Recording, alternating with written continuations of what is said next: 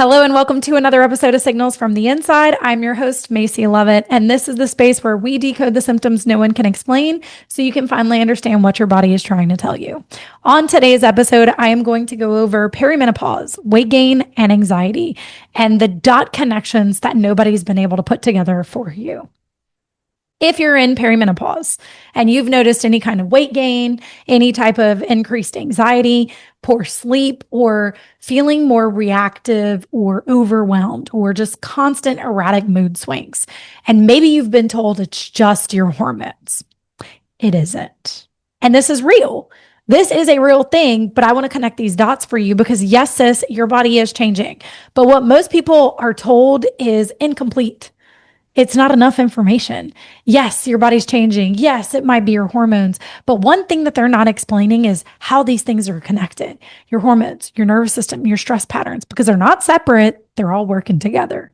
And during perimenopause, your hormones are already shifting rapidly, which makes your body more sensitive to stress. It happens on a day-to-day basis. It's not even looking at it from a perspective of week to week to week. You could notice your cycle being a certain way one month and the next month it's different. Then the next month it's right back to the same thing.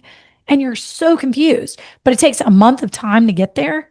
Your body is signaling these things to you prior. So these are going to be some things that we need to look at. But before we do that, I want you to also understand this. If your body is already holding on to pressure to perform, pressure to be perfect, a lot of responsibilities, and maybe it's a space where you feel nervous to ask for help, or you grew up in a space where we don't ask for help. We just take care of it and do it and handle it. Or you're feeling like you're under a lot more emotional stress than normal.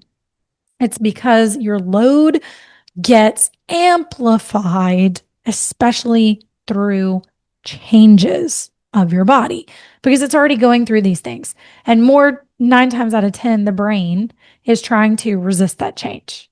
So I want to do some connections to symptoms, because when you start to notice weight that becomes harder to lose, anxiety that's increasing, your sleep gets disrupted, maybe you're having insomnia, maybe you lay your head down at night and you start thinking 90 to nothing, you feel like you're racing in your sleep, or your energy starts dropping during the day. It isn't just because of hormones. Now, is that a symptom? Absolutely.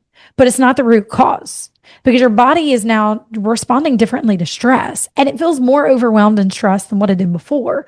And for many women, this is happening at a time when they're leading more, holding more responsibilities in the home, caring for others. Kids are getting older. Now I'm having to do more things, and we're still stuck in the trauma response of being the strong one. So your external pressures of everything in life and your internal shifts in your body, they just go whoosh, and they collide. It's not just a perimenopause thing. It's perimenopause plus the patterns your body has been holding on to for years. And think of it like this: perimenopause and menopause, they're seasons of transitions. They're transitions from the heavy do type energy and go and run and rush and race and all of that to the, oh, seasons of life are changing. Maybe I should slow down. And there's resistance, because who the heck wants to slow down? Slowing down means failing. Slowing down means stopping and quitting. That's not what we're doing. That's why the answer isn't just balance your hormones or get on hormone replacement therapy, which has a place and is phenomenal. But it's also about supporting your body in a way that accounts for your nervous system, your stress load, your patterns, and past all together. So when you look at it this way, your symptoms start to make sense. Oh, because we can take a look at the past, connect it to the now. And once they make sense, you can actually start working with your body. You can start healing your nervous system. When you start healing your nervous system, then you're able to start opening up your body to what's really happening underneath. And oftentimes we find the hormones are just a symptom, not the root cause. Something deeper is going on. This is why whenever I'm doing a stress map with a client and their body's holding on to a lot of stress, a lot of trauma, that even they've been through therapy, they've gone through Reiki, they've done whatever they can to try to get rid of these things, it's still there because they haven't fully released it. The pattern, the trauma, the situation, they have not given it permission to go. And this is where, when we start looking at a stress map, all of these pieces get connected and you're like, oh my goodness. It brings you the clarity, the understanding of all of this sounds right. It's familiar. It makes sense.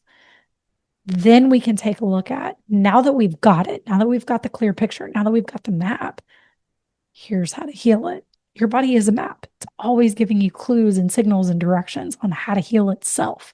That's what it's designed to do. So if you're curious about, what is my body trying to tell me? What are the symptoms that are happening? How do I decode this? How do I get the understanding and get rid of it so that I can feel more like me again? This is where I invite you to DM me map.